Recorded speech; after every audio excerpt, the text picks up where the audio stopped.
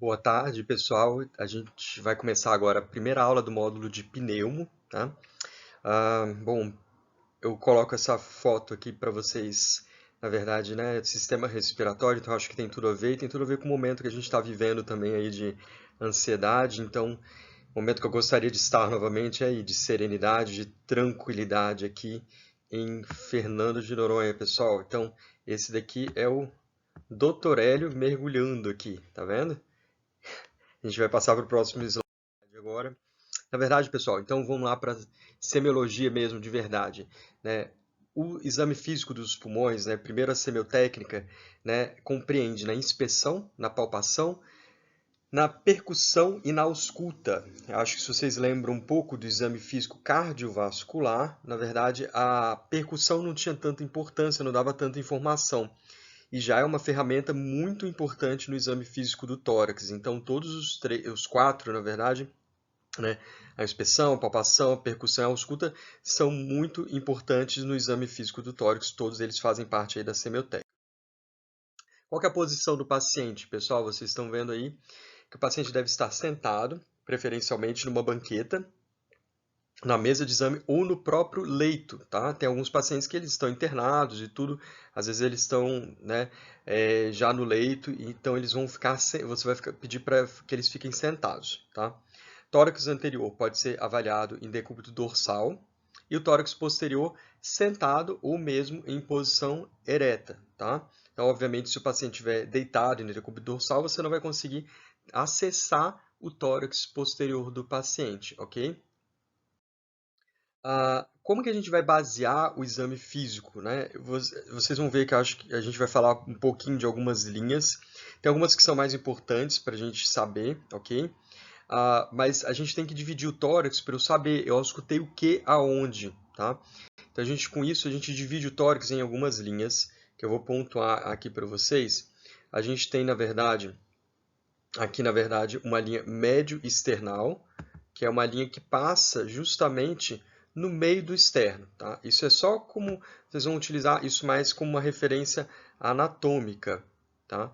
E tenho a linha aqui external, que seria uma linha, opa, tá meio torto aqui, mas é uma linha que vai passar justamente aqui, você tem a linha, né, médio external e uma linha aqui como se fosse ao lado aqui do externo, ok? E a famosa linha hemiclavicular, que todos vocês, na verdade, já aprenderam, que a gente vai basicamente traçar a clavícula aqui, né? E no meio da clavícula, no meio do caminho, eu tenho a linha hemiclavicular, ok? Que vocês já viram que isso a gente usa, por exemplo, para achar o foco mitral, ok? Então, é uma linha que vocês já conhecem. Há outras linhas torácicas, a gente tem as linhas axilares anterior, posterior e média, né? Então, vocês, assim que começa a axila, vocês vão ter a axilar anterior, a axilar média, aqui no meio da axila, e aqui no final a linha axilar posterior, ok? No tórax posterior, as referências, né, são a linha que vai passar aqui justamente, né, que é a linha médio-espinhal, ou seja, quando a gente palpa, né, as nossas vértebras, né, vocês vão ter os processos espinhosos, que são mais proeminentes ali na hora da palpação, tá? Isso depois a gente vai ter oportunidade, com certeza, não fiquem ansiosos de ver na prática, então isso aí a gente vai conseguir ver, visualizar melhor, mas obviamente vocês podem também tentar já ver no irmão, na mãe, na tia, enfim, no irmão de vocês, né, que a gente consegue avaliar esses processos espinhosos, tá? Então, com isso você vai traçar, na verdade, a linha médio-espinhal. E depois você tem a linha escapular, que ela fica bem proeminente aqui. Se vocês forem, né, visualizar, a nossa escápula ela é bem proeminente, né? A gente tem essa curvatura dela, né, que a gente consegue ver mesmo assim, né, dependendo da posição que o paciente adota e tudo, dependendo de como da postura que ele adota. Então você vai ter também essa linha escapular, ok? Isso, na verdade, é importante, por exemplo, já vou dar um direcionamento aqui para vocês, o porquê que isso é importante. Se eu tenho aqui, por exemplo, a minha escápula, tá? vamos tentar mais ou menos delimitar a região da escápula. Eu consigo colocar o meu estetoscópio aqui e auscultar em cima de osso, pessoal? Não. Não vou conseguir auscultar em cima do osso, ok? Então, qual que é a região, por exemplo, aqui no pulmão, que eu vou conseguir auscultar no tórax posterior? Eu tenho que utilizar, na verdade, justamente essa linha, né, entre a linha aqui vertebral, né, a linha médio espinhal aqui, e a escápula. Então, a minha área de ausculta, ok, vai ser essa área aqui que eu estou colorindo, tá? Na hora que vocês forem auscultar. E, obviamente, inferior à borda, depois da escápula, também eu vou conseguir auscultar o paciente, até onde tiver pulmão. Entenderam, pessoal? Então, a ausculta do meu tórax vai ser basicamente, você vai ter que tentar fugir dessas proeminências ósseas e depois que acabou a escápula, eu consigo auscultar novamente esse paciente, ok? Então, essas linhas elas são importantes para isso, justamente para guiar. Como que eu vou fazer percussão? Eu vou percutir em cima de osso, em cima de proeminência óssea? Não, eu vou fugir através dessas linhas das proeminências ósseas. E a ausculta, a mesma coisa. Ok, pessoal? Ficou claro? Essas outras regiões torácicas, pessoal, né, eu acho que se eu ler aqui vai ficar chato, vai ficar um pouco entediante, mas é importante também vocês lerem em casa as referências anatômicas, tá? Para vocês terem uma noção de que também a gente tem essas divisões, né? Mas é basicamente o quê? Região supraclavicular, ou seja, ela é acima o quê? Da clavícula, tá? A região 1. Região clavicular é justamente essa regiãozinha aqui onde eu consigo palpar a clavícula. Vai ser muito fácil para vocês identificarem no exame físico também. Estou palpando aqui a minha clavícula, eu tenho a região clavicular, ok? Pode deixar que eu tiro a camisa depois. Ou não, não sei.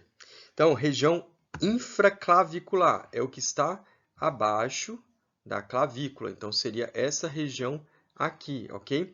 Então, ela vai ser delimitada pela borda inferior da clavícula, pela borda anterior do deltoide e por uma linha horizontal traçada a partir da terceira articulação condroesternal, ok? Então, você vai pegar o externo aqui, tá? E na articulação entre a costela e o externo, na terceira aqui, você vai traçar uma linha que vai delimitar, então, essa região, que seria a região que a gente chama de infraclavicular, ok?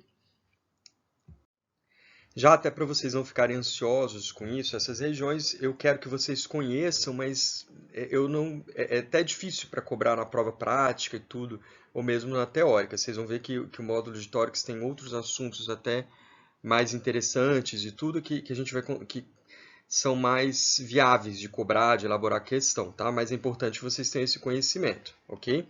Depois a região mamária, ela vai pegar justamente aqui o limite inferior da região infraclavicular, tá?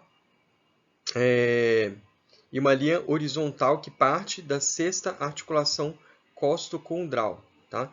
E, por fim, aqui a região inframamária, ok?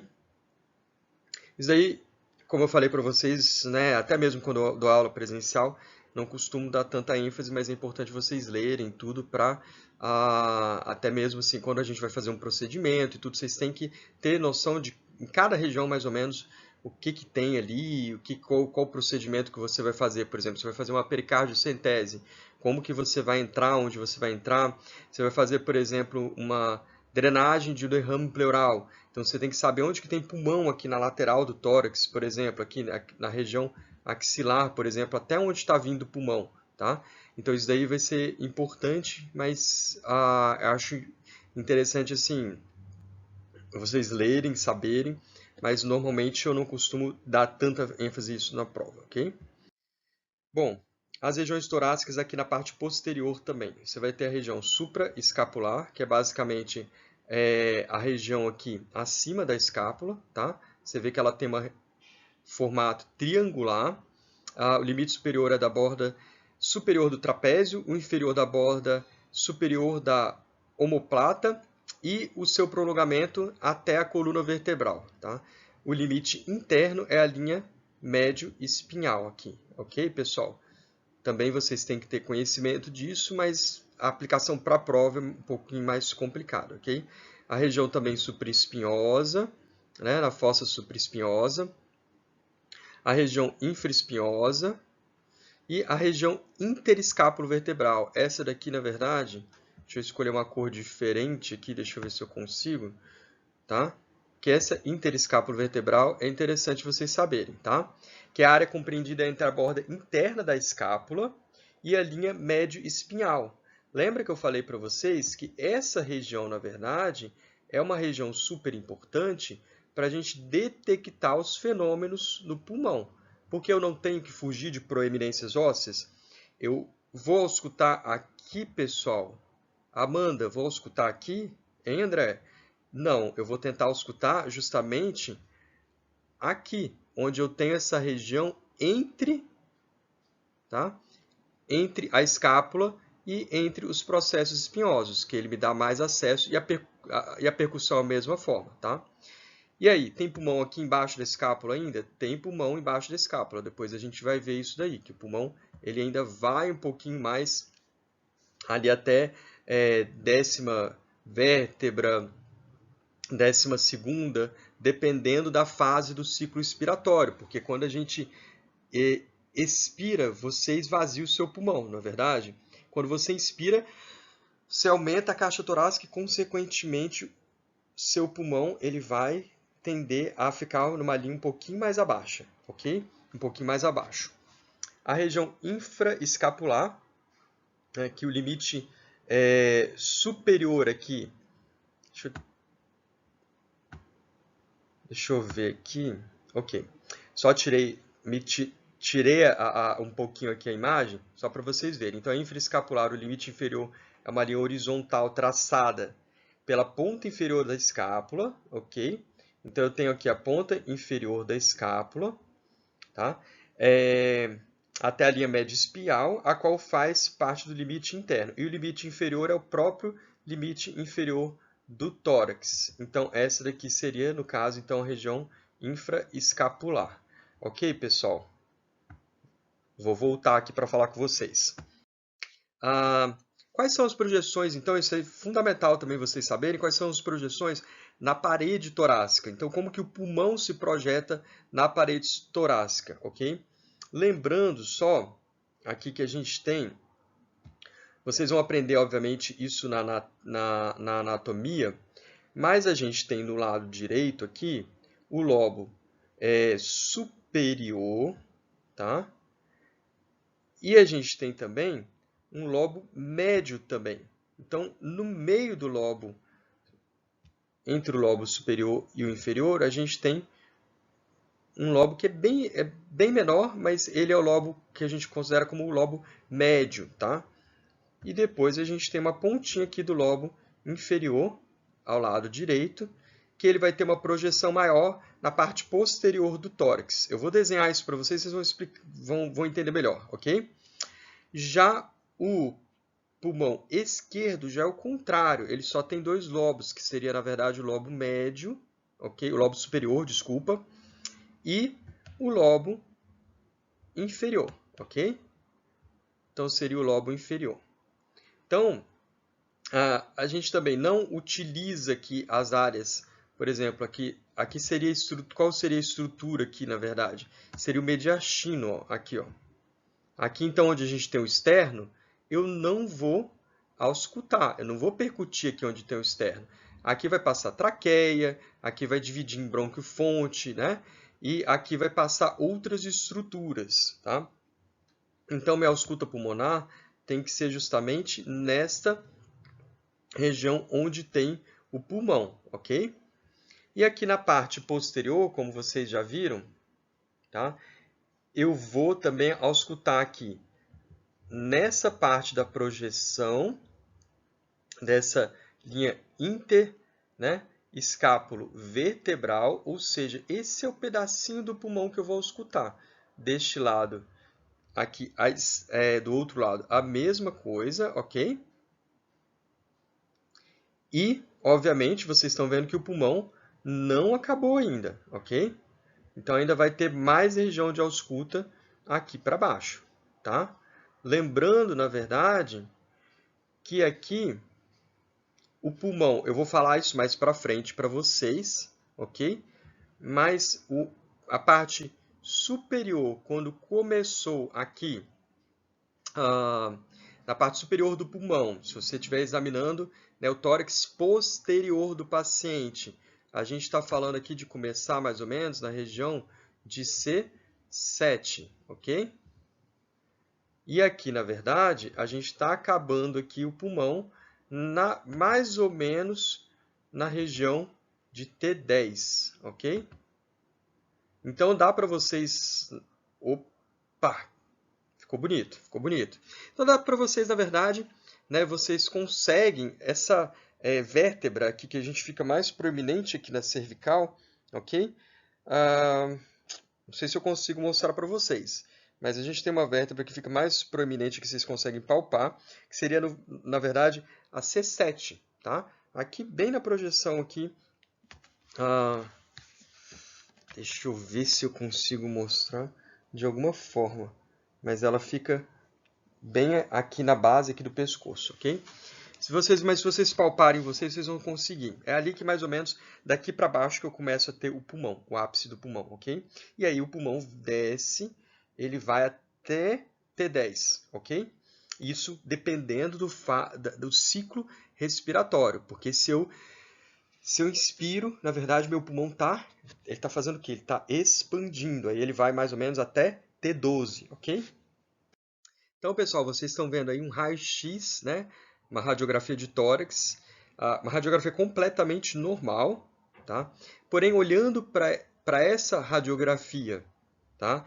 Eu posso afirmar que esse paciente não tem absolutamente nada no pulmão? Não posso fazer essa afirmação.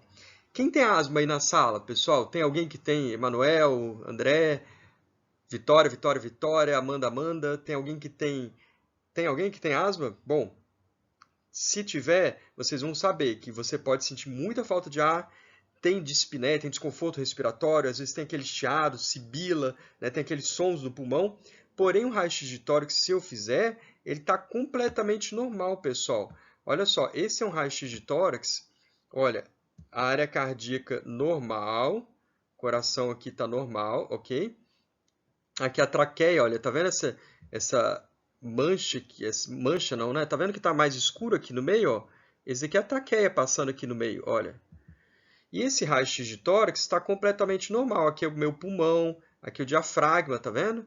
Aqui o seio costo, né? Ou seja, costela, né? Frênico, né? Ou seja, é, na verdade, um ângulo que eu faço aqui no pulmão. E olha, tá vendo esses risquinhos aqui, ó? Esses risquinhos que eu estou mostrando aqui, são, na verdade, os brônquios. Está completamente normal esse raio-x de tórax. Então, raio-x de tórax, pessoal, normal, não exclui que eu tenha uma doença, e inclusive uma doença grave. Eu posso estar numa crise asmática realmente grave. Ou seja, o exame físico, o exame físico pulmonar, tá, da região torácica é fundamental para dar o diagnóstico de certas doenças, ok? Então, a inexistência de achados anormais ao exame físico não nos autoriza a concluir inexistência de lesões pulmonares, porque do contrário também, eu posso ter alguma lesão pulmonar e minha ausculta também não ter grandes alterações. Pode acontecer também de eu ter alguma lesão pulmonar aqui e minha ausculta não ter grandes alterações. E a ausculta do pulmão ao mesmo tempo pode fornecer informações que estão além da capacidade do exame radiológico. Então eu tenho um raio-x normal, tomografia normal, mas ele tem asma, ele não vai alterar, na verdade, o raio-x, ok? Então, mensagem desse slide. Os dois são importantes, tanto o exame de imagem quanto, na verdade, o exame físico, que é fundamental nas patologias pulmonares, ok? Bom, pessoal, como que a gente vai fazer, então, o exame físico pulmonar, tá? A primeira coisa, na verdade, é a inspeção, tá? Então, primeira coisa, o paciente com um tórax, né, sem camisa, né, ele pode estar ali deitado mesmo, no leito, por exemplo, você vai fazer a inspeção, que ela é dividida em dinâmica e estática. Por que essa divisão? A estática compreende, na verdade, né, em coisas que o paciente parado ali você já consegue ver. Por exemplo, ele tem um abalamento no tórax, tá? Então ele, por exemplo, ele tem aqui o tórax abaulado para frente, né? Você vê uma massa no tórax, alguma coisa assim. Então você vê, por exemplo, que ele tem, se ele tiver, por exemplo, algum problema no pulmão, dependendo do problema, você pode ver que um tórax está um pouquinho diferente do outro, né? Então, às vezes, também se ele tiver algum desvio na coluna, ele estiver em pé, você pode ver uma escoliose, por exemplo. Tem algumas coisas que você já consegue só de olhar para o paciente, mesmo sem contribuir sem que ele esteja respirando no momento, né? Isso se chama o exame, a inspeção estática. Na inspeção dinâmica, você também está só vendo o paciente e você já vai conseguir avaliar o tipo respiratório desse paciente, ok? Então, você vai ver o quê? O tipo respiratório, o ritmo da respiração, a frequência da respiração, a amplitude dos movimentos respiratórios, ok? E a presença ou não de tiragem e expansibilidade dos pulmões. Eu vou mostrar o que é tiragem para vocês, tá? Num vídeo que eu acho que fica melhor do que falar, tá? Então, por exemplo, na inspeção dinâmica, o que acontece? Eu vejo o tipo respiratório do paciente, né? Amplitude. Então, por exemplo, eu estou... Está vendo? Eu já estou respirando com uma amplitude um pouco diferente do que eu estava. Agora vocês praticamente não estão vendo nem a minha respiração. Tipo respiratório, né? Você pode ver se é uma respiração mais abdominal ou se é uma respiração que está mais aqui na região torácica, tá? Se é uma respiração mais abdominal, tóraco-abdominal. Então, isso tudo vai ser observado na inspeção dinâmica, ok? Às vezes, só de bater o olho no paciente, você já sabe, esse paciente está grave. Você vê que ele está com esforço respiratório importante, entendeu? Então, vocês vão ver o vídeo, vocês vão perceber o que eu estou falando, ok? E as formas do tórax na inspeção estática, a gente já consegue ver. Então, vocês estão vendo aqui, por exemplo, um tórax normal, ok? Aqui vocês estão vendo um tórax em barril. Olha como que eu aumento, na verdade, esse meu diâmetro antero-posterior, ok? Aqui é 1 e aqui é um diâmetro bem maior, que pode acontecer em alguns casos, como pacientes tabagistas, pacientes com enfisema, até mesmo pacientes só pela idade mesmo, idosos, ok? Aqui um paciente com cifoescoliose, ok? Aqui um paciente com tórax em funil e um paciente com peito em pombo. Olha como que faz essa curvatura, tá? Do tórax dele. Então, mesmo em pessoas normais, a forma do tórax ela pode apresentar variações, ok? Então, você ter uma variação do tórax não significa necessariamente que você tem uma patologia. E essas variações podem também ter relação com a idade, com mesmo o sexo e o biotipo do paciente, tá? Então, no adulto, em geral, tá? O diâmetro lateral é maior do que o antero-posterior, tá? Então, vocês estão vendo aqui, né, que o diâmetro lateral, ou seja, de um ombro ao outro, vai ser maior do que esse diâmetro aqui antero-posterior, o que no idoso, por exemplo, num paciente que tem algum problema, né, que foi tabagista durante muito tempo, essa relação já pode se inverter, ok, pessoal? Tórax em tonel ou em barril, então. Vocês estão vendo aqui um diâmetro antero-posterior aumentado, ok? O raio-x de tórax também. Vamos dizer que o tórax normal, tá? Só estou tentando fazer uma linha imaginária aqui, mas vamos dizer que o tórax... Isso daqui é uma visão lateral do tórax, ok, pessoal? Ele está tirando assim, um raio-x como se fosse daqui para cá, não, né, anterior, ok? Então, isso daqui é uma visão lateral. O paciente de frente, ele está aqui, ó.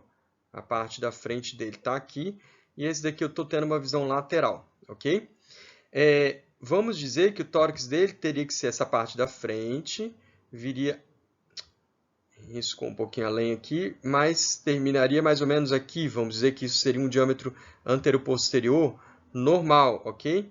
E olha como que está aumentado o diâmetro antero-posterior dele, tá vendo? Então ele está vindo até aqui, ó. Então, ele tem um diâmetro antero-posterior realmente aumentado.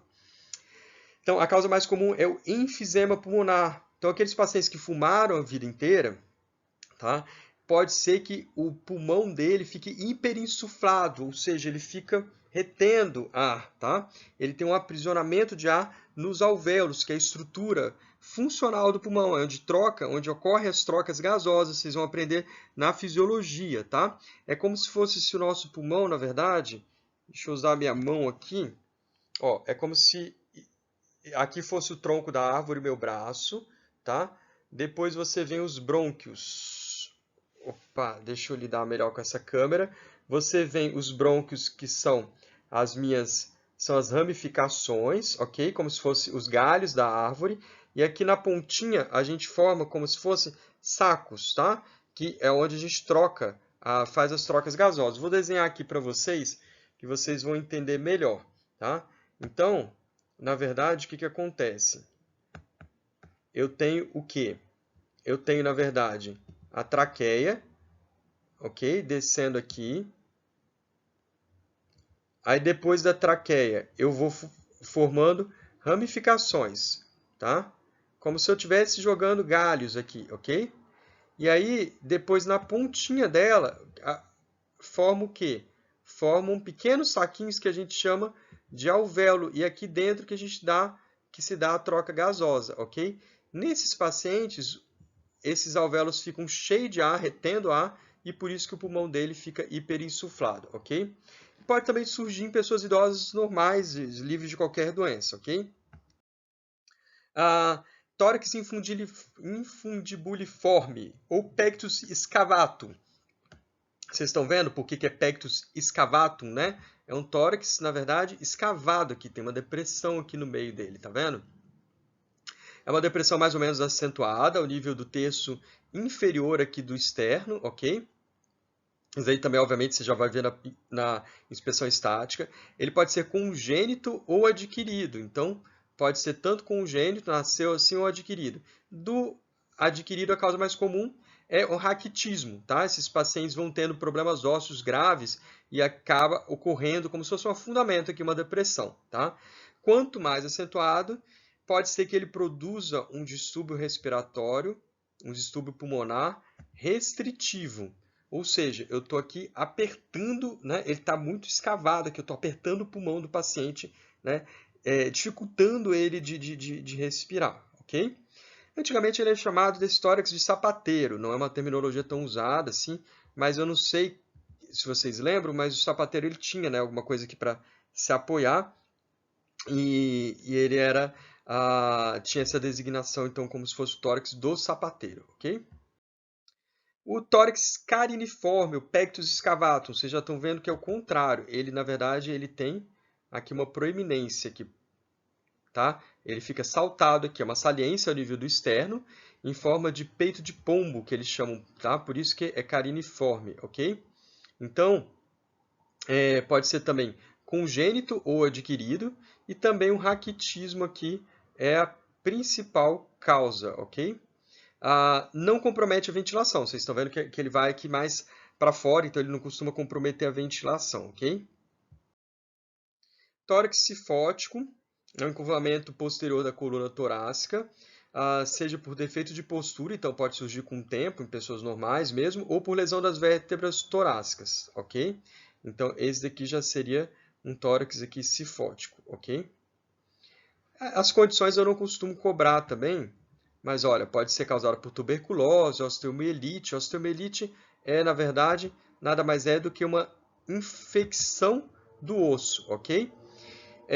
Neoplasias que podem acometer osso também, ou anomalias congênitas, tá? Estou grifando aqui, mas eu não costumo cobrar na prova isso não, só para vocês terem, né, não ficarem preocupados, ok? E o escoliótico, que é um tórax assimétrico em consequência de desvio lateral da coluna torácica vertebral. E a causa mais comum é um defeito congênito. Então, você vê que ele faz aqui uma curvatura, o tórax, ok? Esse é a escoliose. Tipo respiratório, pessoal. Tipo respiratório a gente vai pegar em qual inspeção? Na estática ou na dinâmica, pessoal? Na dinâmica. Então, eu vou ter que observar os movimentos respiratórios do paciente. Tá? Você vai observar atentamente a movimentação do tórax, do abdômen. Em condições normais, a respiração pode ser costal superior ou tóraco-abdominal, ok? A respiração costal superior é principalmente no sexo feminino. E deve ser o predomínio dos músculos escalenos e externo-cleidomastóide, tá? Então, só lembrar disso, que é principalmente no sexo feminino, essa respiração costal superior, tá? E eles deslocam a parte superior do tórax para cima e para frente. Vou fazer para vocês. Então, seria aquela moça que suspira, assim.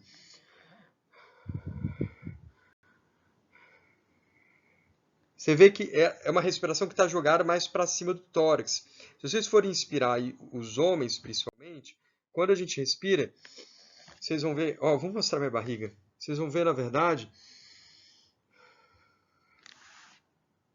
Não ficou legal, né? Mas, enfim, se vocês forem tentar fazer isso em casa, tem que fazer igual naqueles programas que a gente fala, né? Não façam isso em casa, né, meninos?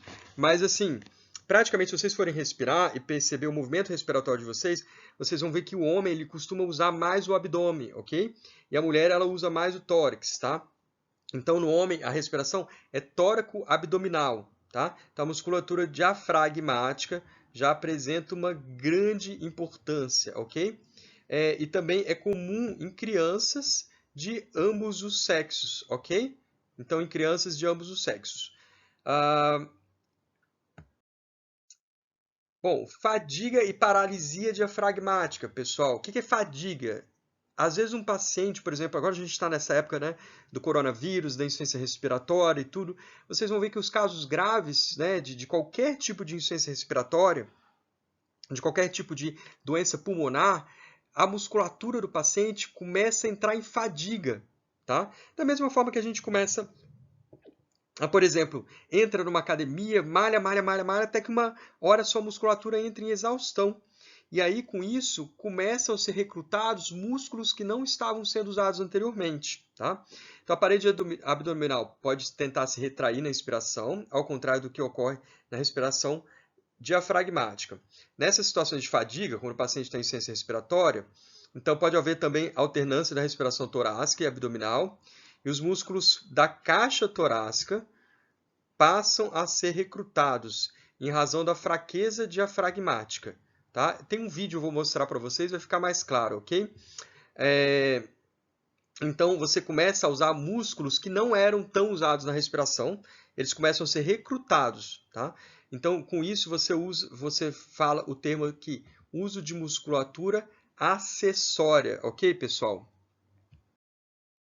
Vamos colocar agora um vídeo, tá? E vocês vão observar no vídeo como que ele usa músculos, por exemplo, intercostais que ele não utilizaria normalmente, naturalmente, ok? Deixa eu dar um start, tentar dar um start aqui no vídeo.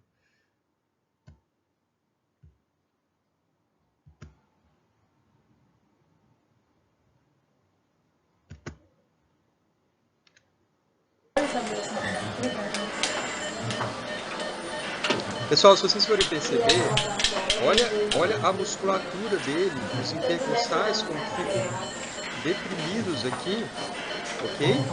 E olha que a musculatura abdominal como que está sendo recrutada também, tá, pessoal? Esse paciente ele está em franca insuficiência respiratória. Se ele não for entubado, ele realmente assim vai morrer mesmo, vai ter uma parada, né, cardíaca e tudo, entendeu? Então ele tem que ser entubado urgentemente. Não adianta catéter de oxigênio, não adianta nada disso, tá? Então, esse paciente ele precisa com certeza de intubação e de um leito de UTI. Ritmo respiratório, pessoal, é o determinado pela sucessão regular de movimentos respiratórios, que são de profundidade mais ou menos igual. Então, a respiração dispneica, por exemplo, é uma sucessão regular de movimentos respiratórios desconfortável para o paciente. Tá? Então, se eu falo que o paciente está dispneico, se eu tenho dispneia, vocês relataram isso, significa que eu estou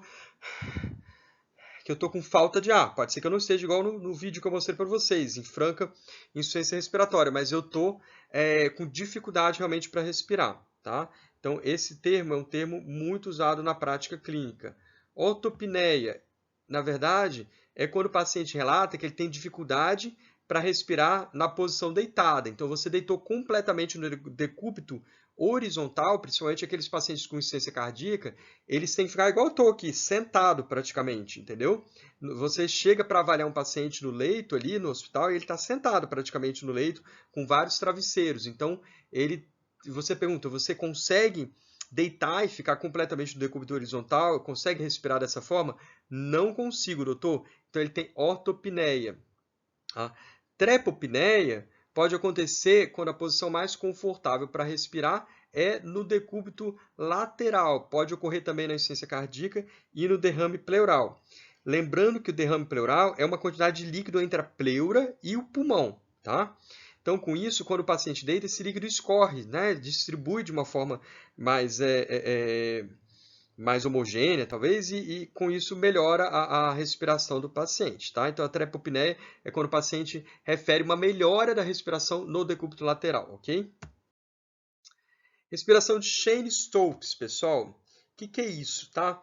A Cheyne-Stokes, na verdade, é uma alteração do ritmo respiratório que o paciente apresenta de modo cíclico, tá?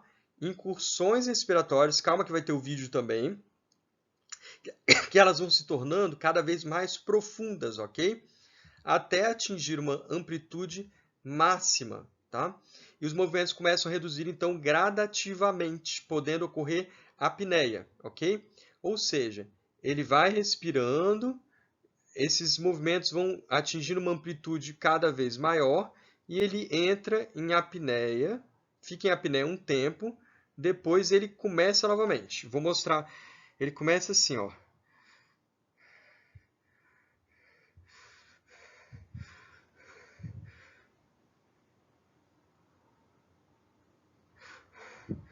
Bom, tentei fazer alguma demonstração aqui, mas vocês viram que eu comecei a respirar. Na verdade, aqui, ele começa, vai subindo até que ele fica numa pausa respiratória. Você chega na enfermaria, você olha, pensa que o paciente está morrendo, que ele parou realmente, que ele parou completamente de respirar, tá? E aí, de repente, você continua avaliando ele e ele começa novamente a respirar. Isso é um tipo de respiração chamada Cheyne-Stokes e pode ser observado mesmo em recém-nascidos saudáveis, tá? Por falta de maturidade do centro respiratório e em condições principalmente neurológicas. Paciente que está internado devido a AVC, por exemplo, teve um traumatismo craniano. Então, é muito comum nas enfermarias quando você tem uma enfermaria de neuro, por exemplo, um quadro neurológico. Ok, pessoal? Vamos ver o vídeo, então, para ver se fica mais esclarecedor. Tá vendo que ele está em apneia, ok? Repare que ele não tem movimento respiratório, tá? Continua em apneia, calma que ele vai respirar. Ter paciência, assistam o vídeo até o final. Ó, começou a ter movimento respiratório, ok? Olha que interessante, esse é o Cheyne-Stokes. Tá vendo que a amplitude está cada vez maior, não é verdade? Está cada vez maior. Ele vai respirar e vai parar de novo. Ele fica entrando e saindo disso. Esse tipo de respiração a gente chama de Cheyne-Stokes, ok?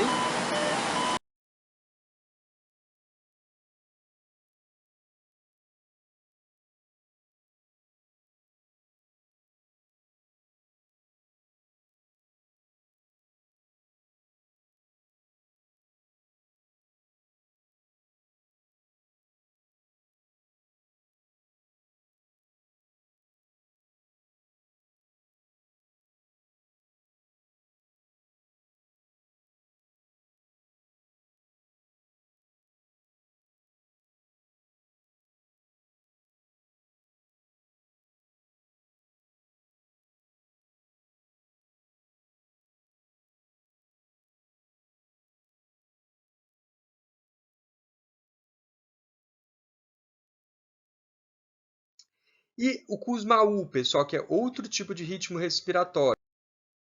Vamos ver um vídeo agora da cetoacidose.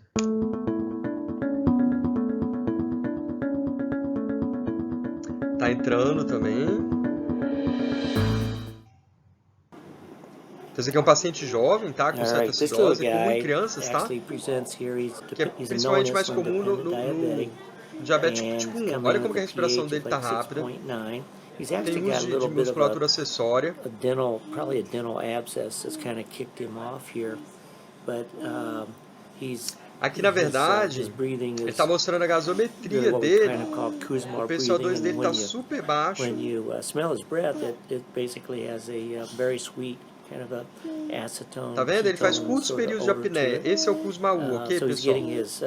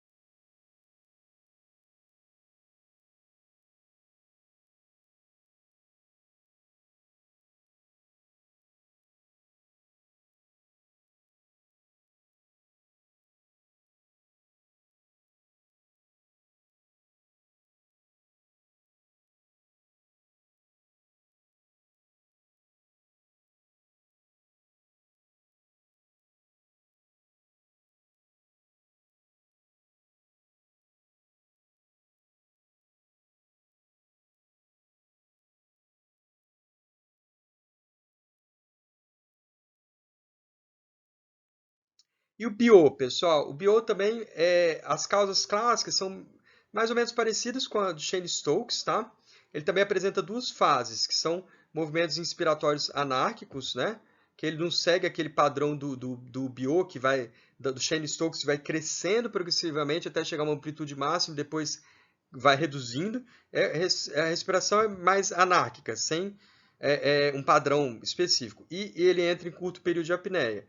Faz qualquer tipo de respiração, período curto de apneia. Vocês estão vendo que todas elas são diferentes, tá vendo? Não segue o mesmo padrão. Então, esse daqui é a respiração de BIO, tá bem? Pessoal, isso é fundamental para vocês saberem, tá? Isso aqui é ótimo. Acho que é fundamental vocês saberem. Quais são os valores de frequência respiratória normal para cada faixa etária? Isso é importante, porque você vai ver o seu sobrinho e ele está tendo uma frequência respiratória de 40 a 45 incursões por minuto. Opa, vou entubar essa criança, me dá logo um tubo, me dá né, passa aqui para mim o laringoscópio e tudo. Óbvio que não, pessoal. Essa criança, ela tem realmente uma frequência respiratória maior. A frequência respiratória nossa, ela muda no decorrer da vida. Então, recém-nascidos é de 40 a 45.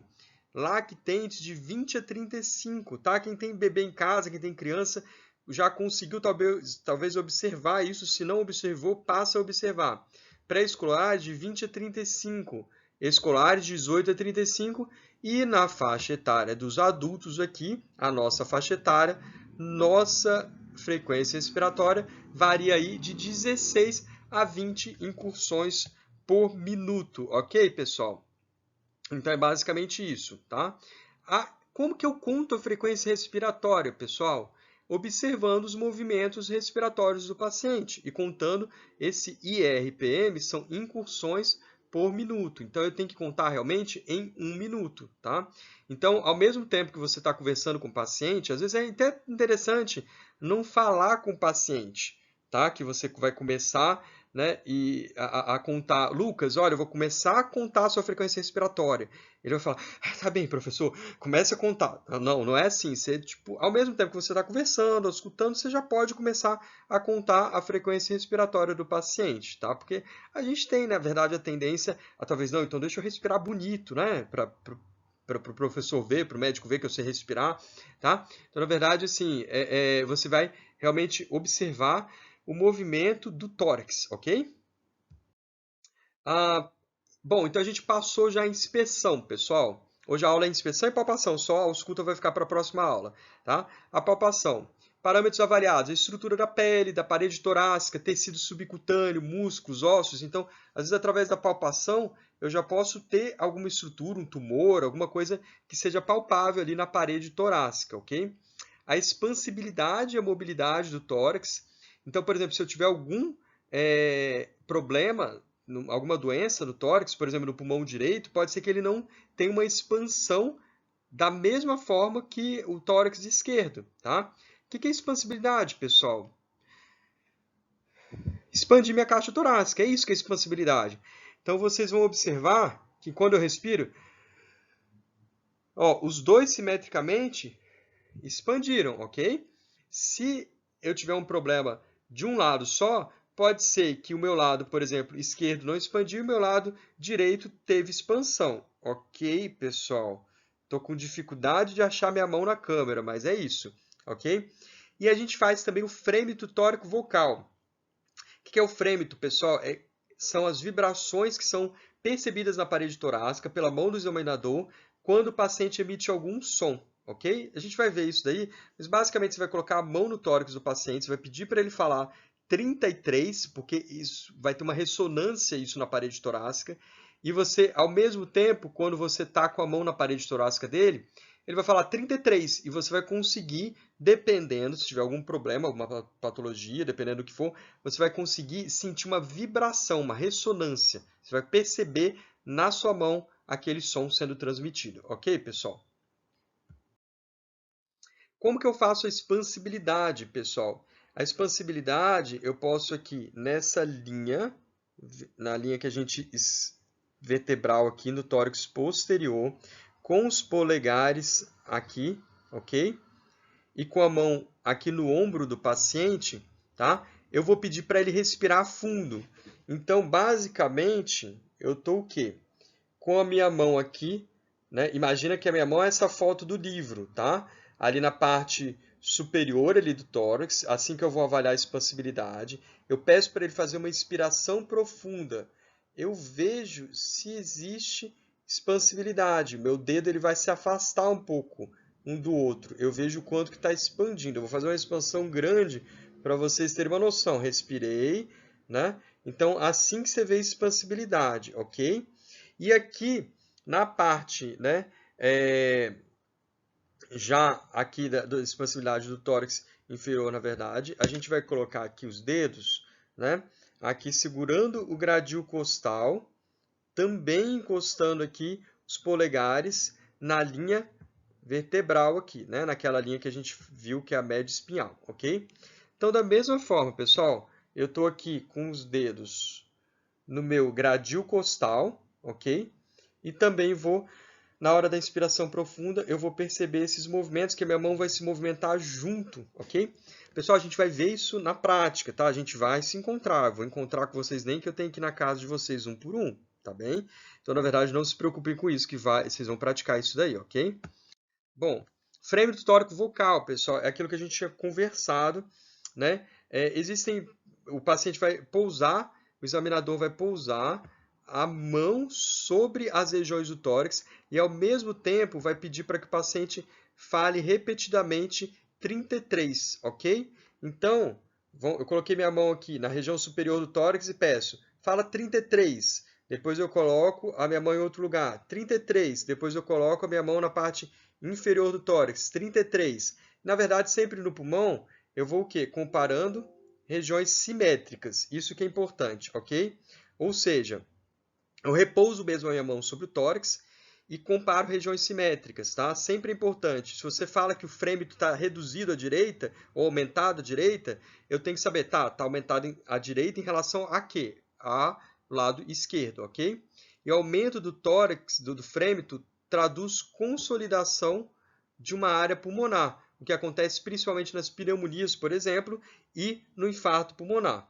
Vocês estão vendo aqui um raio-x de tórax, olha aqui no pulmão, o pulmão está aqui quase normal, mas vocês estão vendo esse pulmão aqui, e o que vocês estão notando? Ele está completamente normal, esse pulmão, ou existe aqui, na verdade, uma condensação, uma consolidação. Isso daqui pode ser uma pneumonia. Tá vendo que está tudo branco aqui nessa imagem? Essa área é uma área sólida, não é verdade, pessoal? O sólido, ele vai transmitir mais as vibrações, ok? Por isso que quando eu coloco a minha mão, tá? Eu vou colocar a minha mão justamente aqui, ó, na parede torácica do paciente, ok? Deixa eu ver se os dedos estão... 1, 2, 3, 4, 5 dedos. Na hora que eu coloquei minha mão ali na parede torácica do paciente, no local onde tem essa consolidação, o paciente vai ter, na verdade, vai transmitir mais essa vibração, que aí é o frêmito tórico vocal. Então, não estou falando da ausculta, na ausculta vai ter alteração também, mas aqui ele vai transmitir melhor. E nessa região aqui eu vou falar que ele tem um frêmito tórico vocal aumentado. E isso vai indicar o quê? Isso vai indicar uma área de consolidação pulmonar que pode indicar, por exemplo, uma pneumonia. Ok, pessoal? Tudo certo até aí? Bom, pessoal, então, esse slide, na verdade, quais situações que podem ocorrer a diminuição ou desaparecimento do frêmito tórico vocal? Né? Na verdade, é quando ocorre um impedimento da transmissão dessas ondas sonoras, que são originadas nas vias aéreas. Aí pode ser na laringe, pode ser ali nos brônquios e tudo, tá? E essas situações ocorrem principalmente aqui no derrame pleural, ok? Deixa eu grifar aqui para vocês terem uma melhor noção. No derrame pleural, por exemplo, na atelectasia por obstrução brônquica, ou seja, se eu tenho uma obstrução do brônquio, tá chegando ar nas vias aéreas? Não. Vou ouvir alguma coisa ou vou sentir alguma coisa, no caso aqui, é porque isso daí também é usado para ausculta, né? Mas no caso aqui eu vou sentir alguma coisa? Não, não está chegando ar, então não vai vibrar, ok? No pneumotórax, ok? E no enfisema pulmonar, tá? O que é o pneumotórax, pessoal? O pneumotórax é quando ocorreu, na verdade, por exemplo, eu fiz uma punção, olha só, fiz uma punção venosa profunda, a nossa subclávia está aqui, eu tentei colocar uma agulha aqui para pegar a subclávia, e olha como a proximidade que eu tenho do pulmão, ok? Então o risco de eu perfurar o pulmão é grande. No mesmo caso, a jugular também, a jugular está passando aqui. Eu tentei vir com uma agulha aqui para pegar a subclávia, pegar a jugular, desculpa, e eu posso aqui perfurar o pulmão, porque o ápice do pulmão, vocês estão vendo que a clavícula está aqui e ainda tem pulmão aqui em cima, tem o ápice do pulmão aqui, ok? Então numa condição, o que seria o pneumotórax, pessoal? No pneumotórax, o meu pulmão, na verdade, ele vai ficar... Eu vou furar o pulmão, tá? Por um acidente, alguma coisa assim de punção. O meu pulmão, ele vai ficar... Vai sair ar do pulmão, tá? E esse pulmão, ele vai todo colabar. Então, essa área aqui, que era pulmão, por exemplo, vai desaparecer. Vai ficar a caixa torácica toda apenas preenchida de ar. Entenderam, pessoal? E o pulmão, na verdade, é esse azulzinho aqui. Isso aqui é tudo ar, tá vendo? Onde eu tô tirando o pulmão. Tô tirando o pulmão, ok? Então, na verdade, o pulmão ficou todo imprensado, porque é como se fosse sair o ar do pulmão. E o que aconteceu, na verdade? Deixa eu tentar mostrar aqui. O ar que está saindo, ele vai, na verdade... o ar que está saindo, na verdade, ele começa a empurrar o parênquima pulmonar, ok? Então, na verdade, ele começa como se fosse empurrar o parênquima pulmonar, imprensar, e o parênquima pulmonar vai ficar todo imprensadinho só aqui. E quando eu coloco meu estetoscópio aqui, então, o que acontece? Coloquei meu estetoscópio aqui, ó. Deixa eu colocar uma cor diferente aqui. Opa, cadê o vermelho? Coloquei o meu estetoscópio aqui. Tá? Tem pulmão aqui? Não tem mais. O ar, né? O pulmão colabou. Tá? Ele é um órgão de alguma forma elástico. Ele tem ar dentro dele. Então você furou ele, né? Ele ficou todo colabado aqui. Então, na verdade, se eu coloco o meu esteto aqui, ele não vai ter som. Ok? E da mesma forma, se eu coloco a minha mão ali para tentar ver essa questão do frêmito tórico vocal, o ar ele não transmite. Ele não transmite bem a vibração, na verdade. Porque onde eu tinha, na verdade, parênquima, tinha ar, agora eu tenho na verdade, uma superfície, ok? Só com ar aqui dentro, tá vendo? Então, na verdade, eu não vou conseguir ter essa transmissão. Entenderam, pessoal? Porque eu não tenho mais um meio para transmitir. Simplesmente isso. E o que ocorre no derrame pleural? Esse paciente, na verdade, ele tem um derrame pleural. Lembra que eu falei com vocês, na verdade, do seio costofrênico, lembra? Que o pulmão ele vai descer aqui. Isso é um pulmão normal, tá? É um raio-x que eu diria que seria um raio-x normal, que eu estou desenhando para vocês, tá? Na verdade, o pulmão deveria descer aqui, ó, a cúpula diafragmática, tá? E, na verdade, quando eu olho para essa radiografia de tórax aqui, eu vejo que na verdade, eu tenho um líquido aqui, olha, onde ele não deveria estar. Tá vendo? Está sendo preenchido aqui por líquido, olha. Isso daqui se chama derrame pleural. Só que o derrame pleural, na verdade, ele está dentro do órgão do pulmão? Não. Ele, na verdade, ele não está dentro do órgão do pulmão. Na verdade, o que acontece? Eu tenho aqui, vamos visualizar que eu tenho o pulmão entre as minhas mãos, ok? O pulmão está aqui, ó, entre as minhas mãos, ok? E, na verdade, o que eu tenho recobrindo o pulmão? Eu tenho, na verdade, a pleura, ok? E eu tenho, na verdade, a pleura visceral e a pleura parietal. Então, na verdade, o que acontece? Entre essa pleura, tá? Que, na verdade, ela tem que deslizar entre uma e outra, né? E é uma cavidade virtual, tá? No derrame pleural, o que acontece? Ela é virtual, ok? No derrame pleural, começa a acumular líquido entre uma cavidade, entre uma pleura e outra. Olha, eu estou afastando as minhas pleuras, ok? Deixa eu ver. Aqui, ó. Minhas pleuras estavam assim, ok, pessoal? E eu afastei as minhas pleuras, está cheio de líquido entre uma e outra. E o pulmão tá fora delas, né? Então, na verdade, aqui, afastei e estou cheio de líquido. Coloquei meu estetoscópio aqui para auscultar. Só que, na verdade, a barreira, o líquido fez uma barreira. Eu vou conseguir auscultar também? Não vou conseguir. A vibração nessa barreira que foi feita não existia. A barreira foi feita de líquido. Eu vou conseguir escutar bem também? Também não vou conseguir sentir a vibração, na verdade, né? Que é o chamado frame tórico vocal. Ok, pessoal? Por isso que reduz, tá? Imagina, pessoal, na situação, vamos colocar para ficar mais claro, né, entre vocês, que você mora ali com o seu irmão e a parede foi feita de drywall junto com o quarto do seu irmão, que tudo que ele faz, a bateria que ele toca, conversa com a namorada, tudo dá para escutar. O que você pode fazer? Você pode colocar algum revestimento acústico, por exemplo.